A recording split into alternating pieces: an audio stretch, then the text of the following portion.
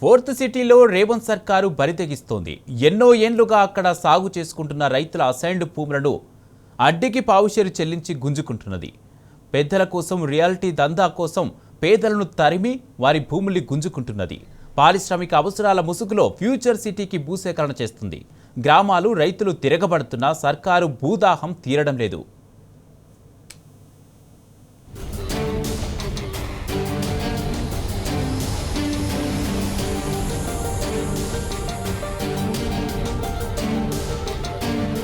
ఒక చేత్తో ఇచ్చి మరో చేత్తో తీసుకుంటే ఏమనాలి?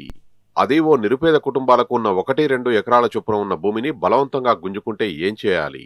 ఇప్పుడు కాంగ్రెస్ ప్రభుత్వం అదే పని చేస్తున్నది.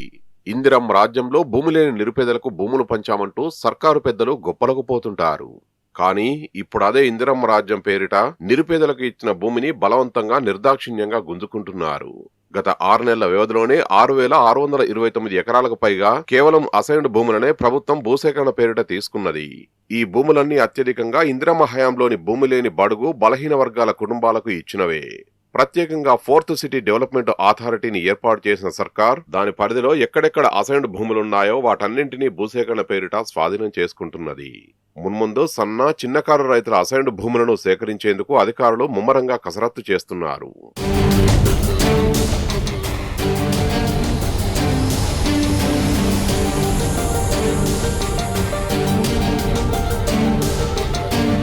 తెలంగాణ ఏర్పడిన తర్వాత 10 ఏళ్ల పాటు ఆర్థికంగా సామాజికంగా సంతోషంతో ఉన్న అన్నదాత గత 2 సంవత్సరాలుగా కంటి మీద కునికే లేకుండా ఉండాల్సిన పరిస్థితి ఏర్పడింది. ప్రధానంగా హైదరాబాద్ నగరం చుట్టూ ఉన్న రంగారెడ్డి, వికారాబాద్ వంటి జిల్లాల్లోని రైతుల పరిస్థితి క్షణమొక గండంలా తయారైంది. ఇందులో భాగంగా దశాబ్దాల కిందట ఇందిరమ్మ హయాంలో భూములు పొందిన భూమి లేని నిరుపేద రైతులు రేవంత్ సర్కారు ఏ క్షణంలో భూమి గుంజుకుంటుందో తెలియని అయోమయంలో పడిపోయారు. అధికారంలోకి వచ్చేందుకు ఫార్మాసిటీ భూముల్ని రైతులకు తిరిగి ఇస్తామని హామీ ఇచ్చిన కాంగ్రెస్ కుర్చీ ఎక్కగానే అదే ఫార్మా రైతులకు దోఖా చేసింది. కేసీఆర్ హయాంలో గ్రీన్ ఫార్మా సిటీ కోసం రైతులను ఒప్పించి సరైన పరిహారం ఇవ్వడంతో పాటు అభివృద్ధి చేసిన ఓపెన్ ప్లాట్లు ఇంటికో ఉద్యోగం ప్రకటించి భూముల్ని సేకరించింది.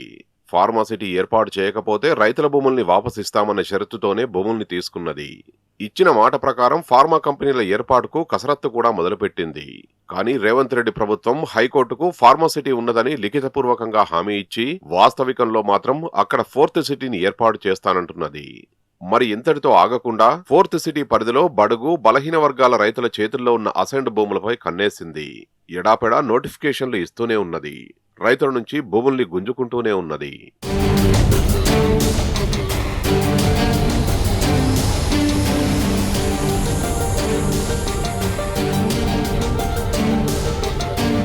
ఫోర్త్ సిటీ పరిధిలోని అన్ని గ్రామాల్లో ఉన్న అసైన్డ్ భూముల జాబితాను ప్రభుత్వం తెప్పించుకుని దగ్గర ఉంచుకున్నది.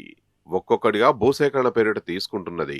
ఇలా 6 నెలల వ్యవధిలోనే కందుకూరు, యాచారం మండలాల పరిధిలోని 8 గ్రామాల్లోని 6,629 ఎకరాల అసైన్డ్ భూముల్ని నోటిఫికేషన్లు ఇచ్చి రైతుల నుంచి తీసుకున్నది. ఎకరా 8 లక్షల రూపాయల చొప్పున పరిహారాన్ని మాత్రం ఇస్తున్నది. ఆదిలో భూములు ఇచ్చేందుకు రైతులు నిరాకరించినా పోలీసు బలగాలను మోహరించి బలవంతంగా తీసుకుంటున్నది. దీనికి తోడు అవి అసైన్డ్ కావడంతో భూమి ఇచ్చేందుకు నిరాకరిస్తే పరిహారం ఇవ్వకుండానే తీసుకునే అధికారం ఉన్నదంటూ అధికారులు బెదిరింపులకు కూడా పాల్పడుతున్నట్లు బాధిత రైతులు ఆవేదన వ్యక్తం చేస్తున్నారు. ఆ అసైన్డ్ భూములున్న గ్రామాల్లో పట్టా భూమి ధర ఎకరా 30 కోట్ల రూపాయల నుంచి 50 కోట్ల రూపాయల వరకు ధర పలుకుతుంది. అంటే అంతటి విలువైన ప్రాంతంలో బడుగు బలహీన వర్గాలకు భూములు ఉండడం ప్రభుత్వానికి నచ్చడం లేదా అనే విమర్శలు కూడా వినిపిస్తున్నాయి.